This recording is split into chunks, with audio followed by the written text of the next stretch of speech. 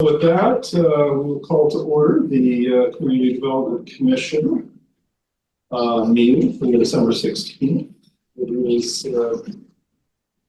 right now noon, and the staff will go ahead and conduct roll call please. Commissioner Tim. Here. Commissioner Cole. Here. Commissioner Johnson has an excused absence. Commissioner Davis. Present. Chair Stubbs. Present. Johnson second. Here. Bailey. Present. Green. Here. Robledo. Present. And Dean. Present.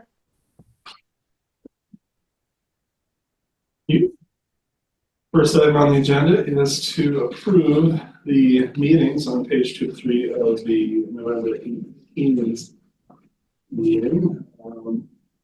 Everyone had a chance to review that. Any changes, please suggest them now. Otherwise, may I have a motion to approve those as written? A motion to approve the minutes as presented. Second. Right, all those in favor of approval of the minutes? Aye. Any dissent? Okay, that was carried. And first on the scheduled business, the next scheduled part of the business is the staff heading into their portion. So, carry the way, staff. So it was in your agenda packet, and hopefully you guys had a chance to review it. This is based off of what was in the request for application in terms of the evaluation criteria, and then also within the application itself. And so last year, I think there was a little bit of like, oh, we have this in our criteria, but I'm not sure where in the application I find this information, or what part of the application I should be evaluating for this. And so I tried to really crosswalk it this year with what questions apply, and then what the criteria is that's in our RFA, and then how many points are possible for each of those things. So kind of the first section of the application with questions 1 through 6, and it's about like the activity need and compliance with like CDBG, national objectives, and our policies and our goals. And so then the second part is just using this mouse. Load health. What is on? Must be low on battery. The second part is just that it benefits low and moderate income residents, and kind of giving more weight to activities that serve particularly vulnerable residents. So either extremely low income or presumed benefit. And then just that their accomplishments that they're saying that they will do seem reasonable, compelling, in alignment with what our priorities are, and yeah, that they're achievable. And then the readiness to proceed, questions 9 through 11. So I tried to include this year in the application more of a schedule that they can delineate here are the different tasks and when we anticipate them to be done. For some of the public services, they'll be kind of like ongoing throughout the year, but we want to see that they have a reasonable idea of how the activity will go and that it can be accomplished within the time frame. And then some questions about their capacity, their administrative capacity to carry that out. So that's kind of that category. And then their familiarity with either the type of activity that they're applying for, and also with federal requirements, and demonstrating that they are equipped to, meet those requirements. And so that's the next section. So questions 12 through 15, and then also including the attachments, the resume, and then section 5, which describes their staff experience in the application. And then the financial piece is obviously the budget. The budget part of the application, and then also there's a couple financial questions about why the CDBG funds are a good fit and how they're using other funds to support the, yeah.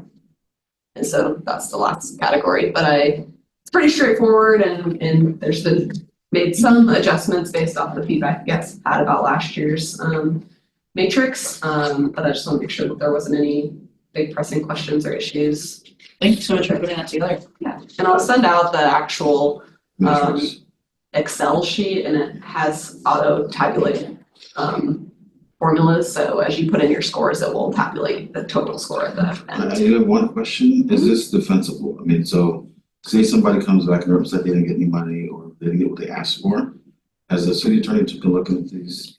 I don't know, we didn't have the attorney look at it this year. And we've always used this as a starting point for discussion because we don't just tally up all the points that you guys give and then that's it. We usually use that to, okay, here's why I scored this way. And there's a little bit of room, you know, for people to what? oh, I'm hearing that's a great point and I want to adjust accordingly. And so, you know, everything's not based strictly on this, but it does give us a starting point to say like, here we were able to like very clearly look at what we were asking for and how well your application fit that. And so I do think that this helps us with that kind of defense of like, here, we clearly outlined this is what we need from you in terms of what makes a successful applicant. And if they really had questions about, well, why didn't I get funding or something, we might be able to say like, oh, your application wasn't as strong in these areas, and that would help you in the future to bolster those areas. I think it's nice to tie it very explicitly to the question and also make that a little bit clearer, right? When you send out a spreadsheet, could you like copy and paste the actual questions from the application into like another tab or something, just so they're checked? I got a comment on one of the items on Q7. The number of people who will benefit from this activity. You could have a case where, just as an example, maybe there's 25 people that benefit and they use $2,000 in block grant funds, and then there's another one that has 25 people benefited, but they needed $20,000. So I would suggest that we add to that, we'd say in relation to the amount of CDBG funds requested. Yeah, I think that was my intention, and I can make that more explicit in the actual criteria. And I do also think that as you look at that, there's also a case to be made where even if the investment per person is more substantial, if the outcome warrants that, right? Like, are they getting a lot out of it versus, okay, we would expect that serving, you know, one person with a food box would cost less than serving a child in childcare all year long, right? So what's the amount of the benefit and how well does that correspond to the amount per person as well? So I know that that's a little bit harder to judge. It's a bit more subjective, but considering that, okay, is the activity producing a lot of benefit for fewer people, and so that's why it's more expensive per person, or is that or is it not in balance, right? So. Yeah, I remember last year we had a case, it was approved, but I had this concern. They gave a benefit for like 3 months. I don't know if it was the YCF, I think it was summer. But there's one that was for 3 months, and then the other ones were for the whole year. So that's an issue, or it could be. Yeah. Well, usually a public service, they'll just serve the person. I mean, sometimes they serve the person throughout the year, but sometimes they don't. So they're tallying up the numbers of people that they've served throughout the year. You know, like how many people came into the shelter, you know, and were served. I mean, maybe some of them were served multiple nights, but yeah, I mean, it's sort of hard to judge. And I think Beth did a really good job with, you know, each need has different costs to deliver it. But what I do want to say is that we'll send out these score sheets. So the next coming up meetings, you'll have agency presentations. You can take notes, but you might want to, when we send out the applications, do your initial scoring, and then we'll have 2 meetings of hearing from and an opportunity to ask questions of the applicants, and then we'll spend sort of that, if there's time on the second meeting, and then the third meeting, which would really be like in March. That's where we really need your scores. But what's helpful is just as you start reviewing the application, you can take notes and well, whatever tools are helpful for you in doing that. And then that might help you come up with some initial scores. And we aren't required to do this. I mean, you know, to the mayor's question, But we like to do this because, you know, sometimes the funds are really competitive and we are able to provide coaching and guidance to those that don't receive funding. And if we need to, we can show them the scores and stuff like that. We have had in the past a member who purposely scored some with 0, you know, and that kind of, so what we do, so, you know, we want you to, everybody scores and like I said, it's a starting point for discussion, and we usually will like average out scores and throw out the highest and lowest and stuff like that, so that we're trying to be as fair as possible in like how to each rank and all that.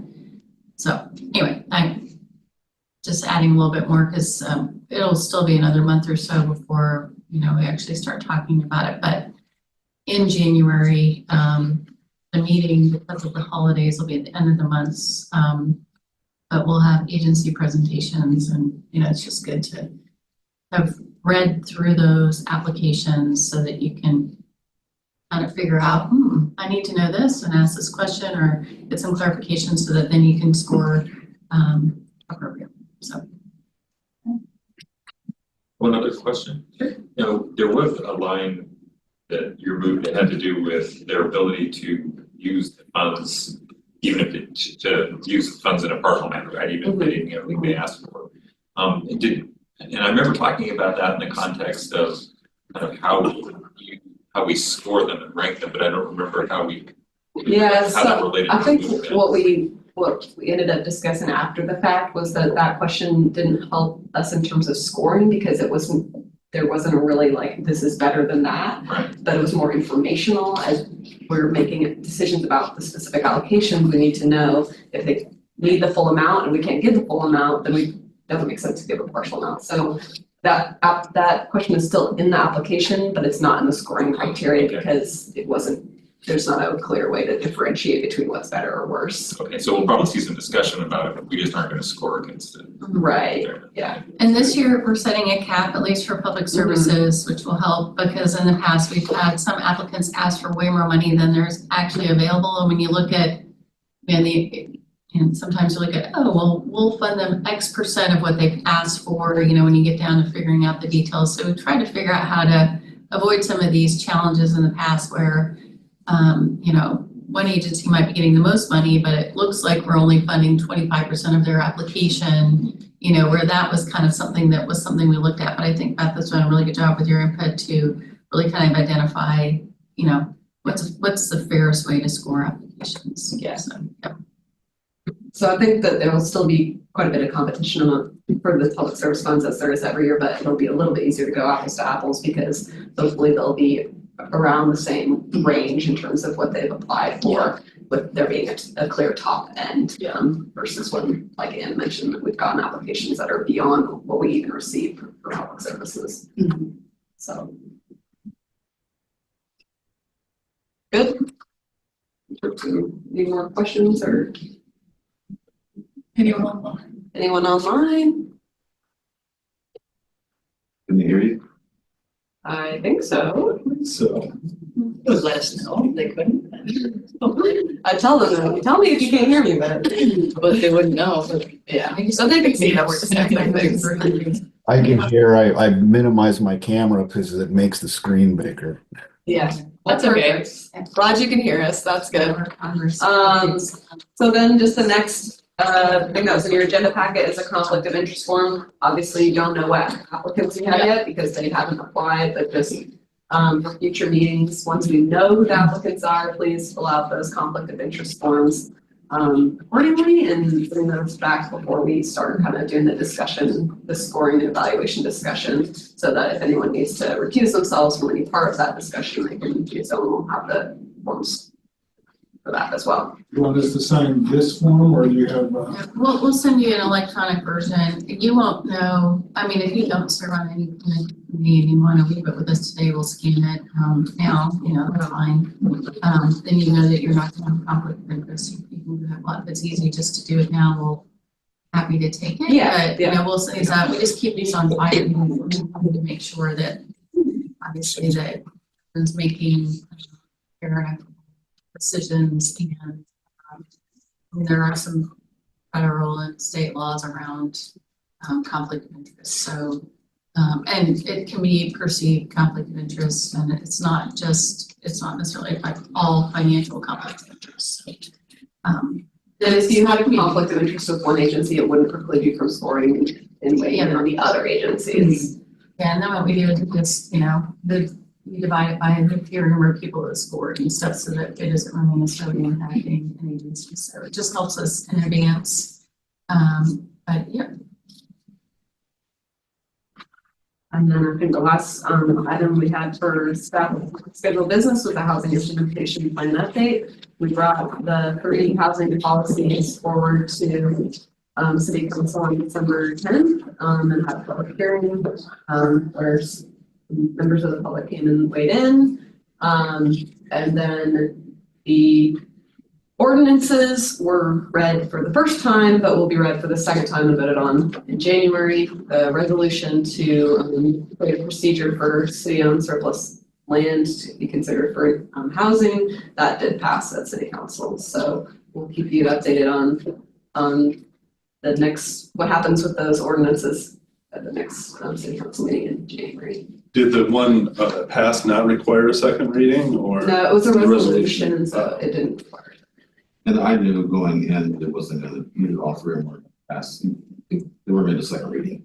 The second reading has to be unanimous. Yeah. So, of course, Council nobody doesn't want any growth or development, so I knew that wasn't. I see. So That's this, why all the arguments stuff like, it's not gonna go anywhere, so. so these all go to the new council. Yeah, and it's automatic, so the second reading is automatic, we can vote on it, so. Right. Twice. At the same meeting. Yeah. Do we have to do another noticing of that? I don't No, think so. it's an automatic thing. It's gonna be on the January 22nd council meeting, because the January 8th meeting agenda is full and the new councilors will be sworn in, and we'll make sure to meet, we'll meet with the new councilors and they can watch, they can review packets and watch the meeting, but I'm meeting with them Friday to go over packets and stuff, and also you can see my notes and stuff. Wish I was there So, next time. So I don't have much more to report on the HIT updates, but just wanted to make sure that. tonight at Planning Commission, we've got actually 2 representatives on Planning Commission, Green and Bailey, all the development code related amendments to encourage smaller homes or remove obstacles for smaller homes and cottages and all that kind of stuff.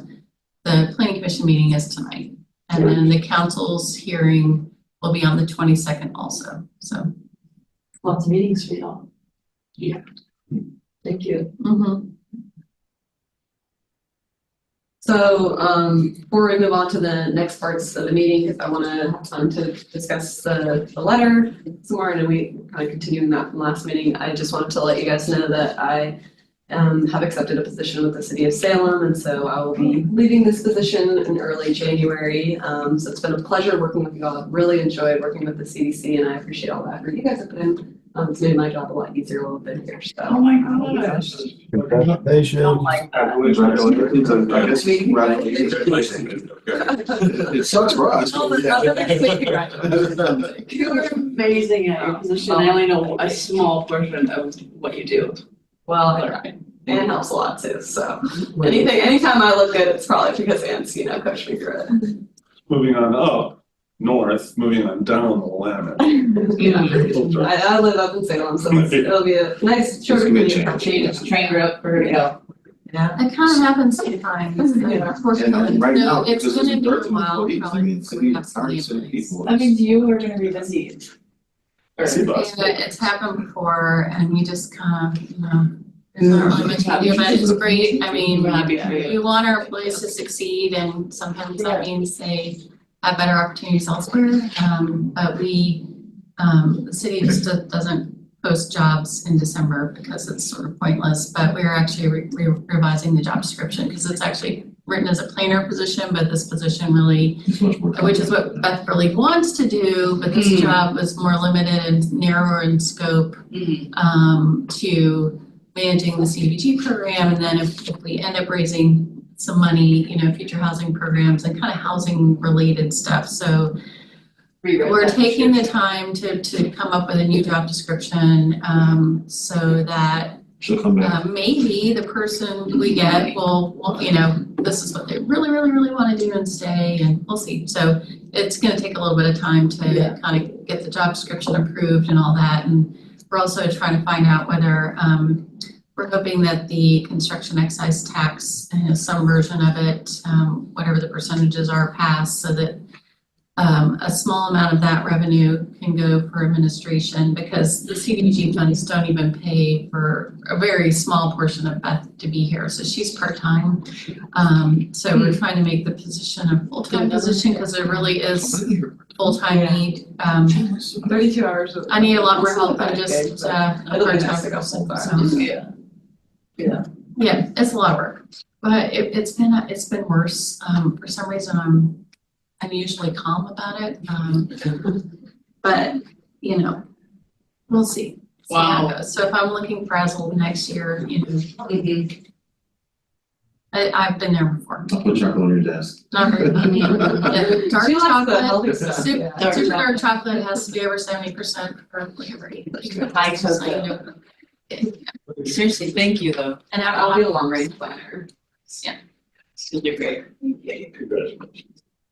Well, not to, I don't wanna make it all about me, so let's talk about the letter and. Well, yeah, let's move on. I think the first thing we have is business from the public. Do we have any business from the public? I've not received it. There's nothing Okay, is there in any the public out there? Okay. Public next time. Business from the commission. I guess I'll just go into the letter. So I did do a little bit of work on this. What the work I've done is I spoke to the Human Relations Commission, of which I'm a part, and they provided some interesting feedback. Kind of little, I think Commissioner Dean provided some of this feedback in our last meeting as well. Is this group that meets at the, I think that's run by the fire department, that contributes to does the case work around homelessness here in the city. A lot of casework, you know, individuals. I think the similar thing just started up in Corvallis, because I saw it in the news here recently.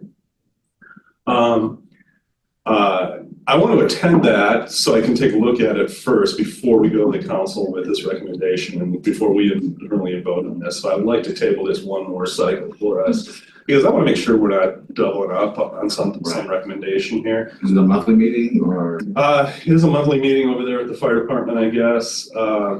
Commissioner Dean can maybe knows it better than I do, but the folks on the commission who have participated in that as well say it isn't all tactical, it isn't all casework, it is some strategy. It does get discussed there as well. And so I was thinking, well, if it's strategic enough, maybe that's enough. I don't know. But I want to find out, so I got to find out, get myself there, somebody get to attend that and find out. Yeah. And then, so what I'll do then is I'll continue to, in the meantime, I'll continue to include this letter based on the suggestions that I have. We'll table it for one cycle. I'll attend that meeting as soon as I can, and then come back to further recommendations to this commission.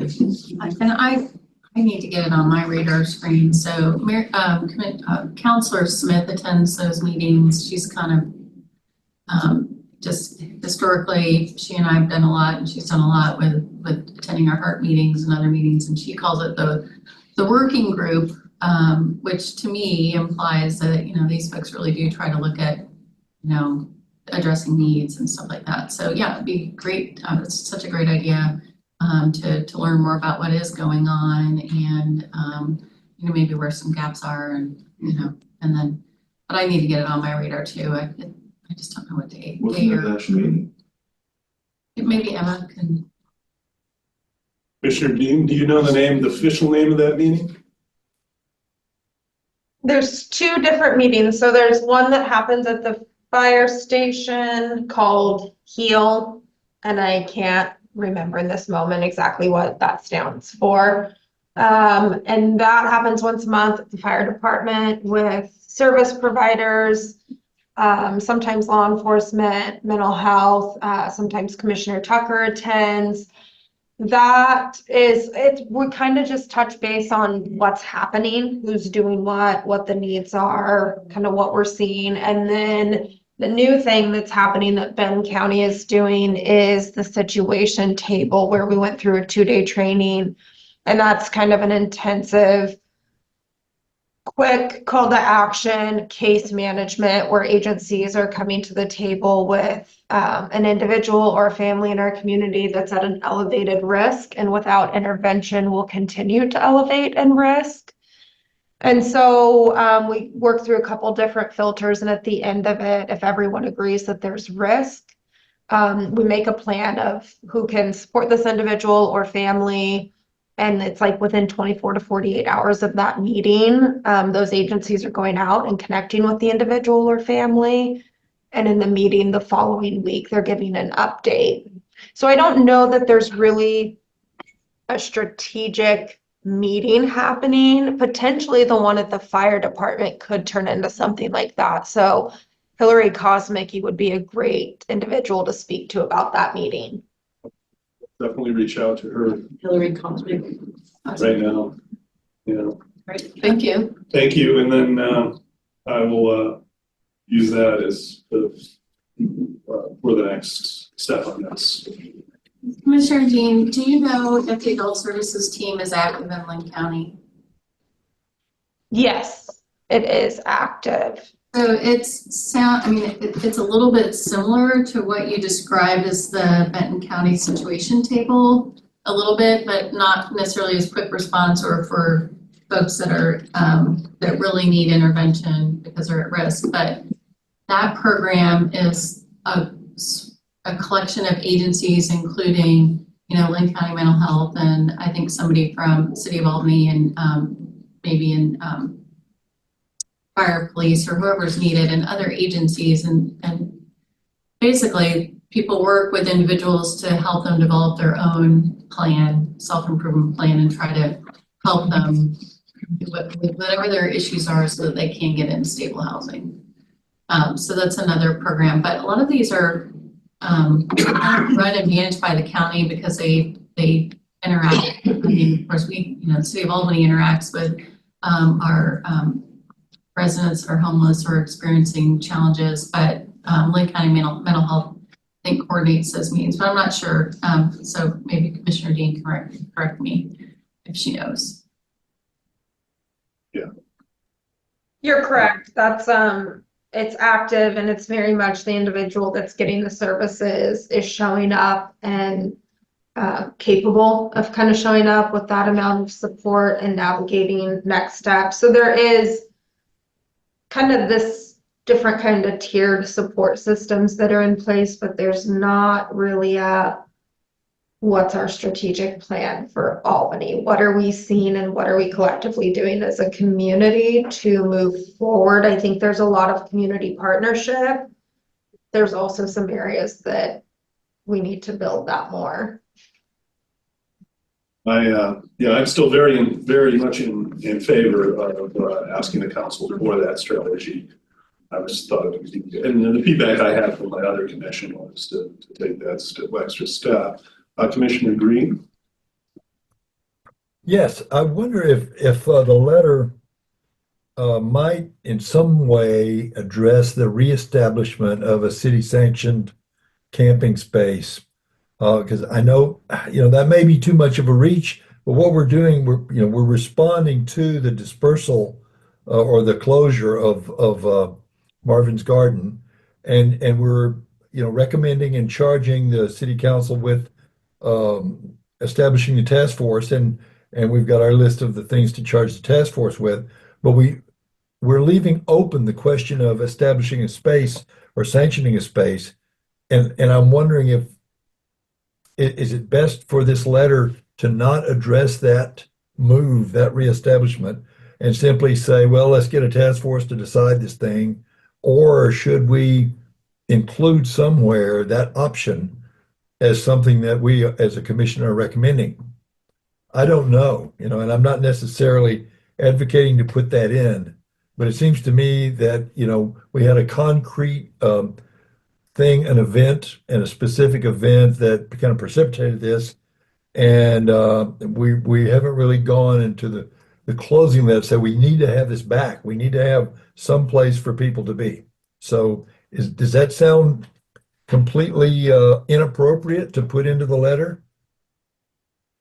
So I will say this, the city council gave Peter Trosten the authority to establish or close a campsite.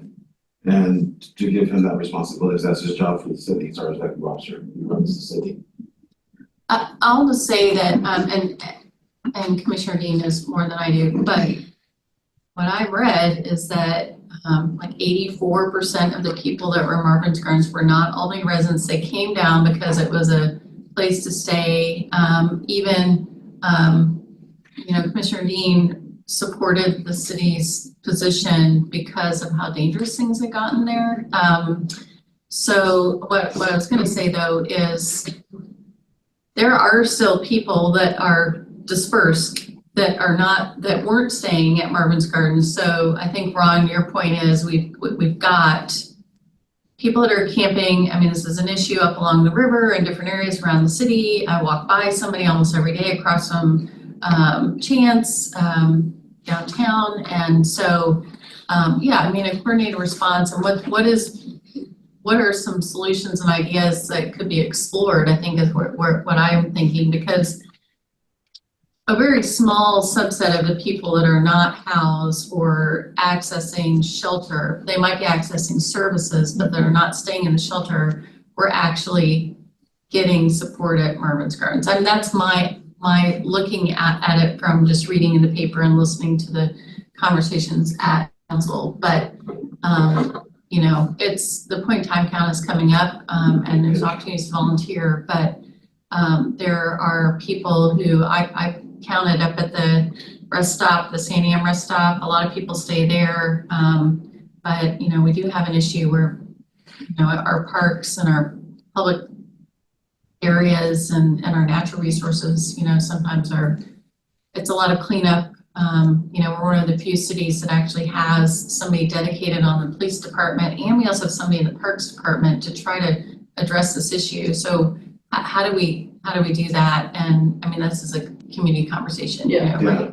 Right now, one of my clients, my business clients, sent me a text today about people camping by the big lots so we can make it.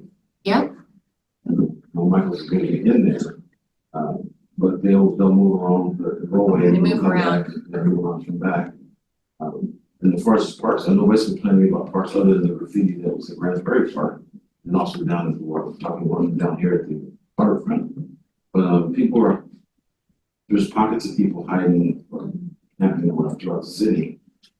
If there's shelter space available, even though she reports that to us, they don't want to go to a shelter if they're going to sleep where they sleep. It's unfortunate. I mean, we provided Marvin's Gardens and the 2 spots there, and there were 84% of the folks that weren't from here. And then the crime activity started happening, and people got more afraid to go out there. And what do you do? There's no one right solution. Right. You keep throwing money at it, throwing resources at it, but if the person doesn't make the decision, I want help. Mobile Arm was on the streets 12 years in the Bay Area. And we actually forced him to go into a kind of a teen challenge. My uncle snatched him off the road and put him in this place, and there was 2 years. Now he's been sober the last 12 years, and he's administered the money as an construction company. But there has to be some kind of an event that triggers that person to make the decision. In my estimation. But Emma? Commissioner Dean? I would say that we leave this letter as an ask to the council. Sorry, one. Sorry, say that again. You dropped off there. She's clearing her throat. I think we leave this letter as an ask to create a task force, not adding city sanctioned camping in order to conduct a comprehensive need assessment and then go back with that ask. I think houselessness is really complex, and a lot of it is we don't have all of the appropriate space for people to be safe or successful in. So, we've added 42 low barrier beds, they're full. And we're working to transition people out of those, but we do not have enough low barrier beds in our community to get people off the streets and to the starting line. So I think, and I do agree, closing Marvin's was needed. It was so unsafe. And I think this ask to council says, we'd like a task force. We want to conduct an assessment. We can then look at what are the needs and create a plan that is safer and more successful for our community as a whole and those that are unhoused, service providers, city and county. This would be good timing too, because this is a little more complicating. There are other sources of funds besides CDBG to address homelessness, and there's this continuum of care and work. I don't know if you remember when the governor allocated money to different continuum of cares. Well, we are currently in with like 27 other counties, and so Community Services Consortium is trying to create our own continuum of care so that we and the communities within, you know, a couple county region, basically the Lynn and Benton counties, can more successfully bring these federal dollars in. And so having a plan and a task force and something like that, I mean, I think it's kind of really good timing because it will enable, you know, maybe collaborating with CSC, and then you've got the continuum of care hopefully getting up and running within the next couple of years so that you can really have a action plan that makes it a lot easier to go after other funds and bringing them in to address these needs. But what are the exact needs? What are, you know, just as Commissioner Dean noted, so. Any other feedback? That's good, but Commissioner Dean? I think it's worth noting that Marvin's Gardens, as inadequate, excuse me, and dangerous as it was a draw to many people from outside Albany. And that says something about the bigger picture and the regional and the statewide concerns and coordination, you know, however that works. I mean, the fact that there were so many more people there, I mean, I don't know what the actual count was, but Anna, what you were saying seems to indicate that there were many people there that were not from our own community. So the fact that that small and very, you know, very substandard and inadequate operation drew people from all over should shine an enormous spotlight that goes beyond our own community on this problem. And I don't know, as an Albany commission, as an Albany City Council, you know, what can you do? What can you do to go beyond our town? And the whole idea of people who will flock to any place that offers some services or some benefits or some goodies of any sort, that's a whack-a-mole that we need to. Well, this discussion happens all the time at League of Oregon Cities twice a year, and the Oregon Mayors Association's conference twice a year, and groups of mayors have gotten together for their area and talked about the homelessness and unhoused population, and also the drug addiction and stuff that goes with it. Sometimes, not all times, but like I've met with Susan Coleman of Sweet Home, I've met with Ken Jacola, I've met with the mayor of Corrales, couple of ways of time. Anyway, and Mayor Philomen, and we all have our own ideas about how to deal with it, and it's Lebanon ignores it. We don't have any homeless. Okay. And we know they do. My clients tell me they have, because I have clients all over lately, and they talk about the homeless camps they've seen, but they don't have a problem publicly. Sweet Home has their issues. Everybody has issues, just different sizes and how they handle it. We need to figure something out. I totally agree. The governor at the leadership summit last month or earlier this month, 9th, she talked about the money that was being allocated and people can apply for those dollars. But we don't have like the Heart, and what's the other one we have? It's the MAC, it's the Lynn County MAC group, but that's the group that was formed directly in response to applying for funds and managing funds from the governor. So have they put out what their strategy is going to be? Commissioner? I think they mainly wanted to what the funding was and what their applicants for that funding was, and less about looking proactively ahead at creating a whole plan. Because I mean, that's sort of why it was formed, was about this funding that was gonna come through. Yeah. Not to say that it could never do that, it just hasn't historically served that role. Quick question, Emma, Commissioner Dean, just to circle back, 2 questions. Were your 42 beds full with migration from Marvin, or was it full prior? And then how many people would you say percentage-wise are we serving that aren't part of our community directly, but have come from other towns? Yeah, at Chance specifically. We were not full when Marvin's closed. I also don't know, did we see some people from Marvin's Garden come into shelter? Yes, that was positive. We wanted to see that. Also, us being full right now is weather related as well, not necessarily a direct reflection of Marvin's closing. And that's really tricky. I don't know how many people we are specifically serving from Albany. I would say a majority of individuals we're serving in shelter are from Albany, some Corvallis, some Lebanon. We see some people kind of go in between the cities. We also see agencies dropping people off from different cities to shelters. And we've been able to work with our chief on that, and that's been really positive. But we are seeing an influx of individuals that we don't recognize or haven't seen regularly that are from different communities. I think we're seeing people from California right now. Okay, thank you so much. Just good information. Yeah. I want to just quickly address what Commissioner Green was asking or saying too. I think I've talked to maybe 3 unhoused or persons here several months, a few more months than that, maybe 6 months. I think one of the things that the feedback that I got from those individuals, and that's just of course a minor sampling, is that one of the draws might have been that it's a sanctioned place. It's a place where you actually, these people live lives where they're not wanted anywhere. They're not wanted at the rest stop. They're not wanted in the parking lots. They're not wanted in their cars. They're constantly told to move on, move on, move on. And there's sanction of being able to say, this place is yours. You can actually be here, you know?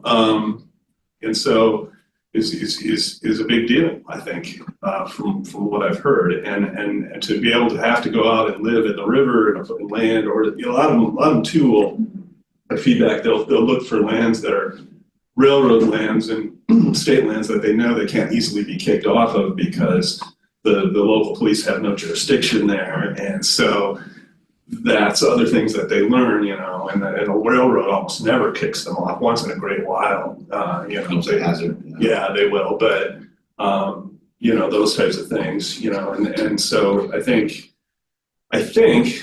from what I heard that population appreciates the sanction of being able to say, you know, that if they have a space that is okay for them to be there. But the problem that we run into is like Marvin's Gardens. It started out great. Yeah. And people were behaving. They had, you know, they trash and water put out there, put their lines around it, and then the criminal element moved in, and it made it dangerous for people to go there and provide services. So did we not invest enough in money in policing it? Did we not invest? But it wasn't one of the requirements. Oh, okay. The government's mandate did not require that we just put a piece of land, people can camp. But shouldn't we have? We did spend money. We did spend money. We sent police officers over there on a regular basis, especially when people were vandalizing Van Fleet and terrorizing the Van group, you know, breaking the cars and stuff like that. We did respond. It's just that we don't have resources for 24 hours surveillance. Right. Yeah. You just don't. You know, and then I know the people who were outside of helping hands that were migrating back and forth. Yeah. You know, and they're coming over to Second Chance. But the people that were moved out of there, most of them, or a lot of them, were type, and they were causing problems. The lady was attacked, the officer was attacked.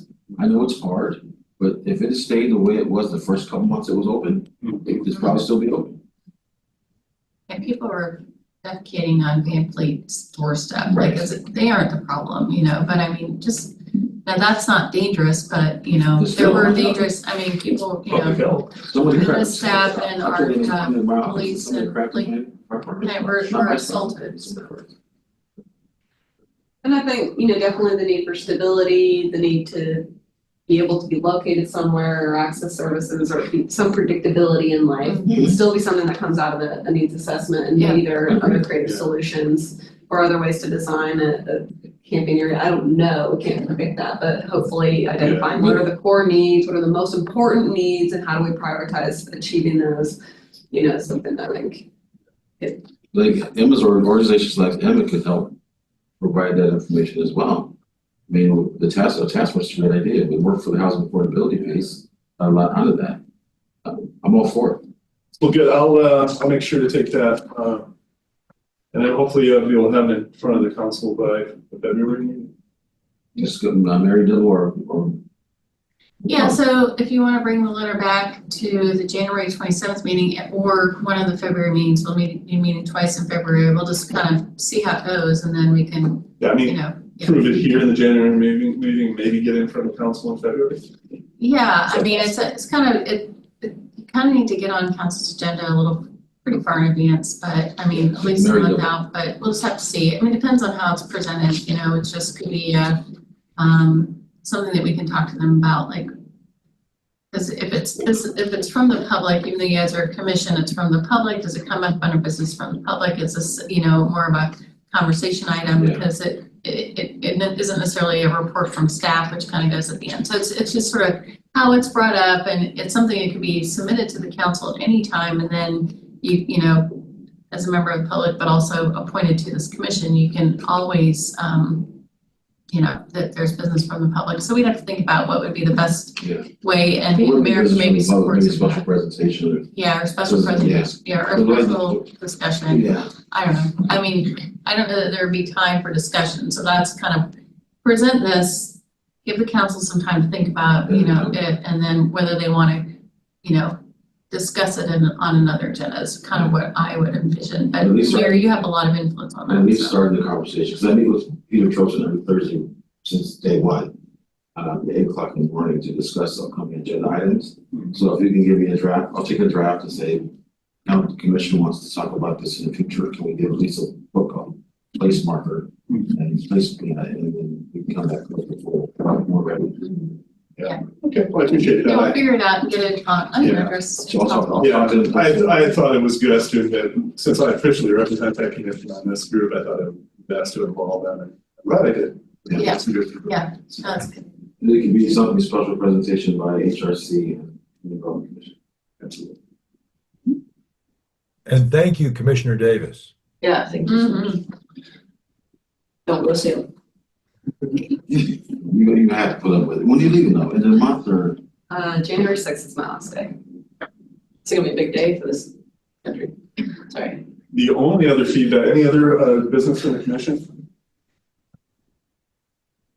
The only other feedback I had from the HRC, which was only tangentially related to what we just discussed, was they had questions about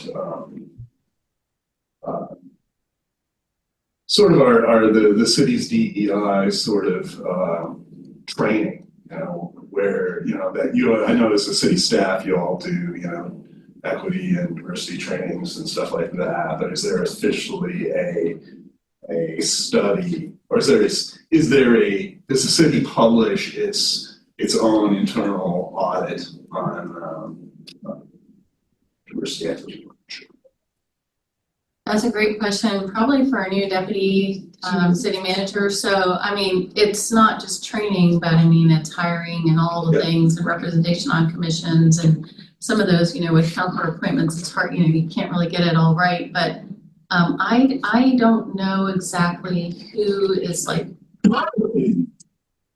responsible, if responsible is the right word, but I mean, of course, HR arranges training for supervisors and things like that. But you know, I think as far as policies, I have to look to see if we have something online as far as the policies and recruitment and stuff, but I know that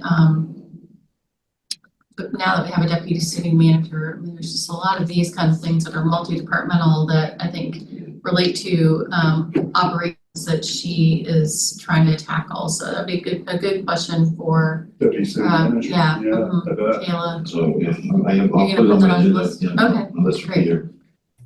Okay. Yeah, and then if you could let me know, I can get back to you. Yeah, and Kim Ladane is the staff liaison to the HRC. So you're ours, right, for this commission?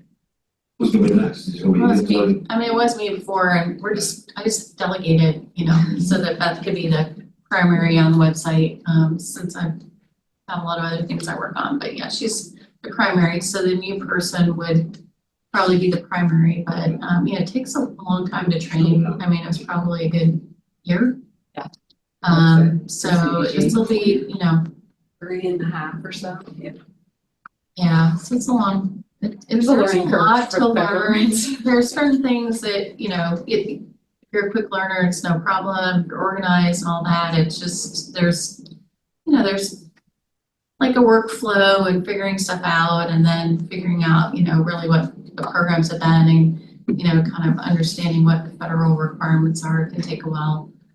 But I mean, attending these meetings and running the meetings will just sort of be up to whoever we hire and what their comfort level is and all that. But I always try to review the agendas and, Beth and I meet regularly to talk about all things CDBG and that kind of stuff. So we're sort of a team.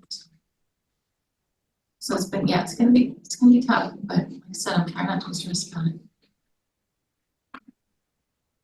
Well, I'm encouraged by the housing plan. That sounds like it's moving ahead, so. Yeah, and I mean, Beth got to work on that, which I think was like a bright spot, and no offense, but some of the federal regulations in CDBG, I mean, it can be pretty stressful, and I hate, like, oh God, what are we gonna be on the front page of the paper if we did something wrong? That's me, I'm a worrywart, but on the housing implementation side, that's a little easier because we have, it's just not like being under this HUD, like follow every single regulation and make sure all your subrecipients do that. So that's kind of, I think, been more rewarding work. So we're trying to make sure that this position, has a little bit of a balance. I mean, some people thrive on the CDBG stuff. And I mean, a lot of cities have that's all they do.